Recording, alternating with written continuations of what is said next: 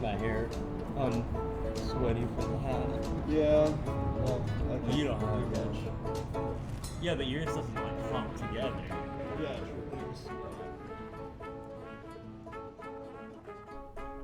I hadn't seen Baron much since I moved to France 12 years ago. I was 10, he was 22. I'm now the age he was when we left, and this is basically my first time seeing him as an adult. The whole time I was there, I didn't really know how to act. Baron was always a half imaginary person to me, sort of someone who I projected big ideas on.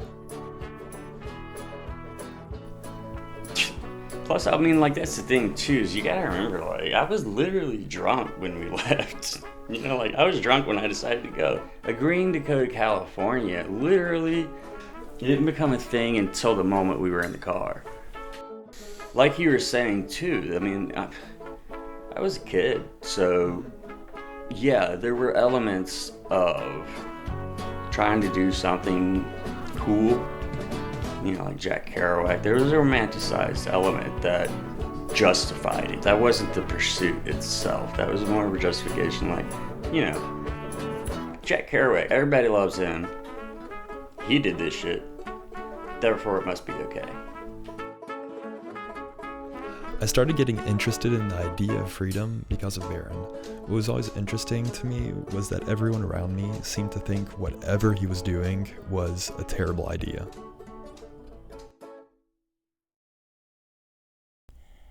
Well, I value freedom very much because, for one, it helps me pursue truth.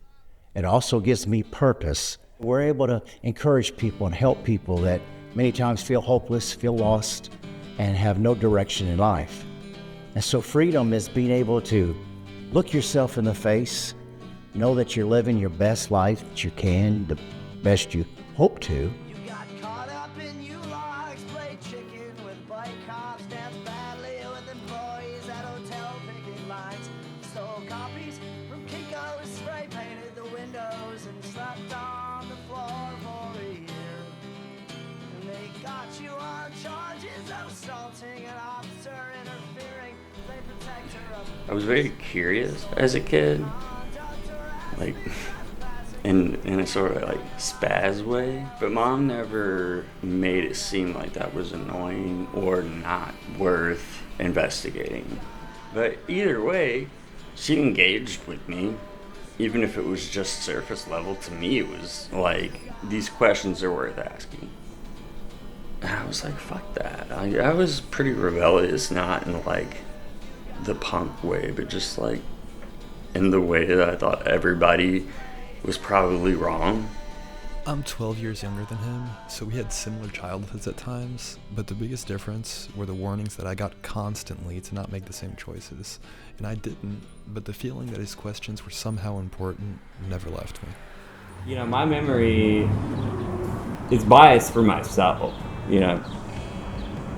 Mom's gonna remember those times when I called her and I was too wasted to remember, and, you know, yeah, there's no world in which Mom imagines not being miserable every second of doing any of the things that I did, because she would hate that, you know. I feel like you're looking for like some sort of, like, at what point was I a rational human being who like evaluated the situation, and then what were my reasons that justified it at the time, and they just simply weren't. Maybe the fact that he was an addict totally discredits him. It's definitely not the healthy choice, but it made him vulnerable enough to become who he is. It was just literally like, because I was so young, you know, it made sense at the time. It was like, I'm not sure what to do, and I'm just out here living for now. I'm homeless, and I don't have any money, so I'm playing guitar. Like, but, yeah, it's going good so far. Like, that was the attitude. It turned into, like, I would start changing the words to songs, and I would sing about people who were walking by to, like, and, you know, like, they would stop and realize and sit and laugh and, like, kind of, you know, chat with me. And I just basically, I mean, granted, it was pretty it was ultimately superficial because it was such a short thing, but to me it was very, very vulnerable. Part of me on some level wanted to just change, or not that I wanted to change, I wanted to not accept who I am, or what I seemed, or what it seemed like to me who I was, who I seemed to be to myself. I wasn't pleased with that. I was indeed using alcohol, in theory, in the right way, but the questions that I was working with, I was intent on answering them whenever I should have just. Yeah, what were those? Well, basically, if I had just done what I thought I was doing, like if I had just genuinely, actually, and this is impossible, I think, but memorized the feeling, what I would have realized is that the feeling wasn't anything at all.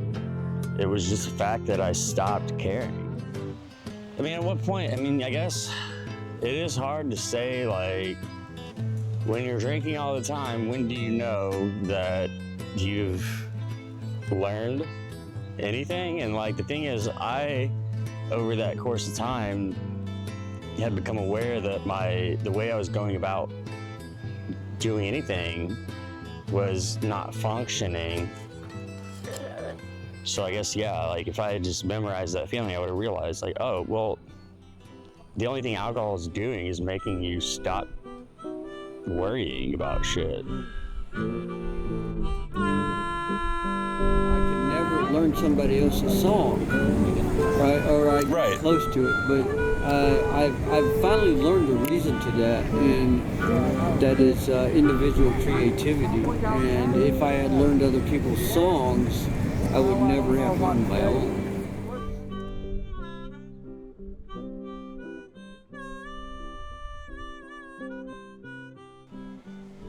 I used to feel very, very open because, you know, I knew I wasn't going to see these people again, you know? That was liberating, and it helped me build a frame, like some solid ground from which to move forward. But I couldn't move forward until I got sober.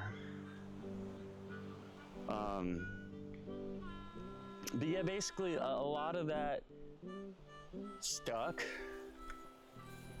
I realized that a lot of the people that I cared about were not bored with me suddenly. And like the thing is, Emily had told me that, well, I think I told you about this, but she had told me that she couldn't talk to me anymore because she was worried that, you know, basically she was waiting to find out that I had died. And the logic of it, I guess, hit pretty hard. Anyway, though, I never thought I was gonna talk to her again. I never thought I was gonna be close friends with any of them, definitely. Like, I was inherently vulnerable, like I couldn't help it because of where I was at in my life.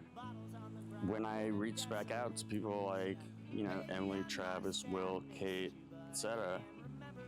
And like I waited, you know, until I had a year of sobriety because I knew that it wouldn't mean anything to be like, you know, I'm sober this time, it'll matter. And I think that that's kind of when I knew subconsciously that I really was getting sober.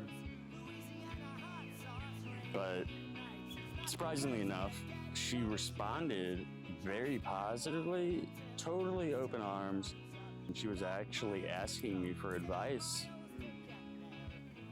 And so like I feel like I can help people now from having, but I mean I still don't know exactly how to. It's not like I'm any good at it, but the fact that anyone would see me and think that I've acquired some knowledge, which I thought I think I have, you know, like the idea that other people talk to me and also seem to have that sense, or at least give it a chance, it gives me a sense that it wasn't all wasted time. I haven't told him this, but his knowledge, or whatever you want to call it, made me answer my own questions. It seems very basic, but actually meeting this guy, who is almost an idol to me, made me understand that freedom is, and costs, nothing more than vulnerability.